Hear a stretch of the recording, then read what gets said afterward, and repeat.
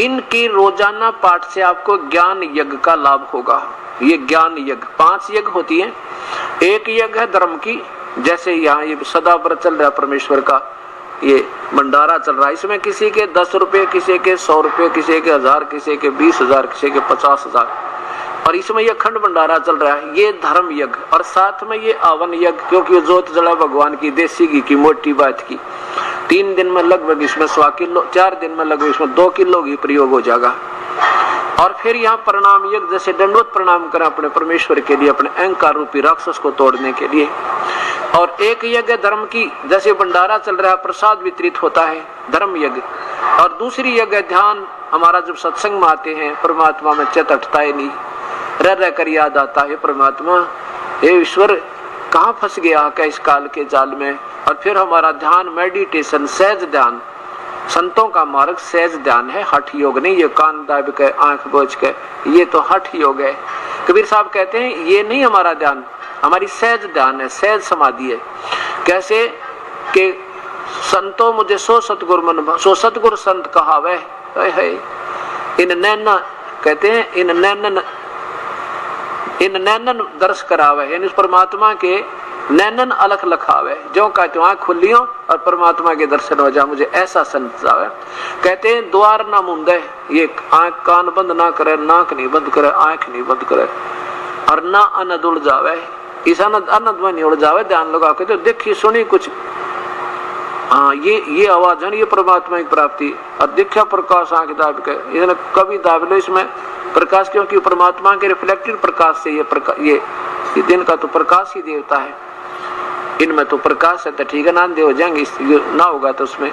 तो कहने का भाव इससे मुक्ति नहीं, ऐसा संत मुझे नहीं चाहिए। वो ध्यान का मार्ग कैसा है, जैसे हम आपको याद दिलाते हैं उस परम पिता के बारे में, उसकी महिमा का गुणगान कर रहे हैं, और उसकी महिमा की गुणगान करने से आपको उसकी इच्छा, उसकी हार्दिक इच्छा बन जाएगी प्राप्त होने की। अब जैसे आप सत्संग में आ गए, अब जैसे लड़की का रिश्ता कर दिया जाता है, लड़की का जब रिश्ता कर दिया जाता है तो घर के बैठ कर बतलाया करते हैं माता पिता, और फिर माँ बतावे बेटी ने, और बेटी को पता हो जाता है कि मेरा पति ऐसी नौकरी करता है, या ऐसा बिजनेस करता है, या कोई जमींदारा मजदूरी करता है, उसका इतना मकान है, वहाँ पर ऐसा है, बहुत अच्छे व्यक्ति हैं, बहुत अच्छे सास है इसकी। तो फिर उस लड़की का एकदम अट्रैक्शन हरदम वही रहने लग जाता है, और फिर वो उसका उचित हटता नहीं। जैसे फिर लड़की की शादी हो जाती है, अपने पति के पास चली जाती है। अब जब उसको माता पिता ने जो बताया था, ज्यों का त्यों व्यवस्था पाती है। अब जैसे ये परमात्मा कबीर साहब ने हमें आकर बताई, आपको ये विश्वास रखना चाहिए कि परम पिता परमेश्वर आए हैं, उन्होंने सही बताया।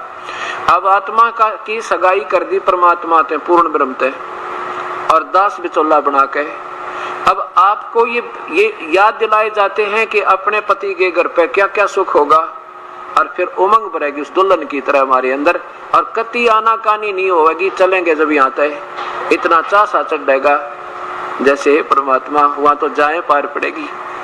तो ऐसा हमारा ध्यान हरदम वहां रहेगा, जैसे पति भरता पति से राती आन पुरुष निभावे, और बसे पीहर में और फिर सुरत प्रीतम में, ऐसा ये सहज ध्यान कहावे, ऐसा ध्यान लगावे। जैसे लड़की की शादी हो जा, ससुराल से फिर वापस आ जा, और फिर उसका एक पल भी चित, ठीक है माता पिता बहन भाई से सारे ढंगते रहती है, पर उसके अपने पति से एक पल भी वो चित नहीं हटता।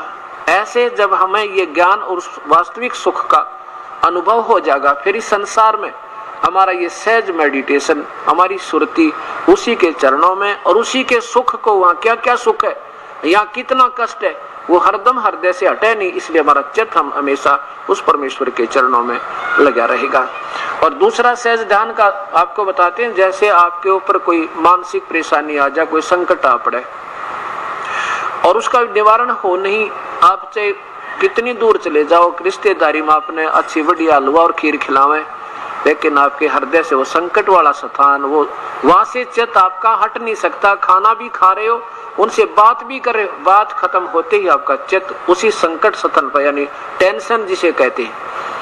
अब जैसे एक व्यक्ति ने लड़की की शादी करनी थी, 50,000 रुपये उधार लोन ले लिया, ऋण ब्याज पे, और फिर आमन नौते देने चला गया और तिजोरी यानी जिसमें सो रखा था उस अलमारी को खुले छोड़ गया गलती से, और 1000 किलोमीटर जाकर याद आई शाम ने, वो होते हैं तो भाई अलमारी खुली छोड़ आया है परमात्मा, गरीब आदमी मुश्किल से तो ब्याज लिया था, ब्याज पर लोन धन लिया, ये मालिक कोई निकाल ना ले जा।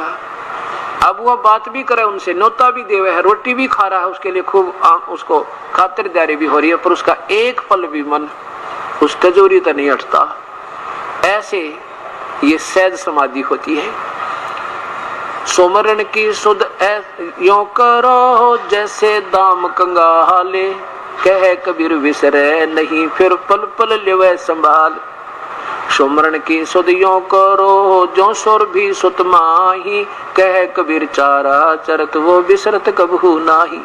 ये सहज ध्यान है। कैसे? जैसे चारा चर रही है, जैसे चारा चर रही है गऊ, और ध्यान उसका अपने बच्चे पे होता है। चारा भी चर रही है और कोई कुत्ता या कोई हिंसक पशु आ जाता, फूफा भी कर जाती है, एक दृष्टि इधर भी रहती है, चारा भी चर रही है। ऐसे सुमरन के अंदर भी हमारा सहज मेडिटेशन, सहज ध्यान सुमरन के ऊपर रहता है। और फिर उस सुमरन से हमें लाभ क्या होगा? यानी जैसे हमने आम बो दिया, आम की सेवा में भी ध्यान है और उसके प्रतिफल का भी हमें ये सहज ध्यान है कि इसलिए इसको कर रहे हैं।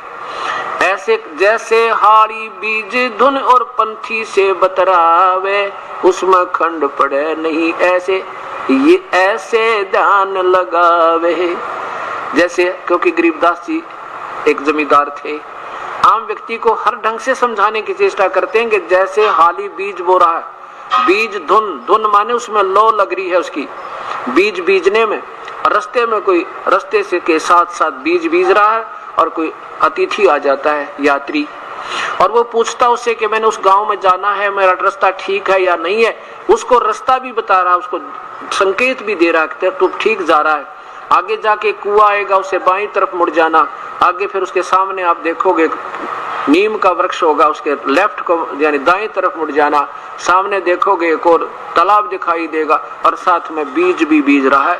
उस बीज के छोड़ने में हल को रोक भी नहीं रहा है और बीज भी बीज, तो उसका ध्यान जहां पर है उससे पल नहीं हटा पा रहा। जैसे हाड़ी बीज धुन और पंथी यानी यात्री से बतलावे, उसमें खंड पड़े नहीं भाई, ऐसे ध्यान लगावे। ये हमारी सहज समाधि है।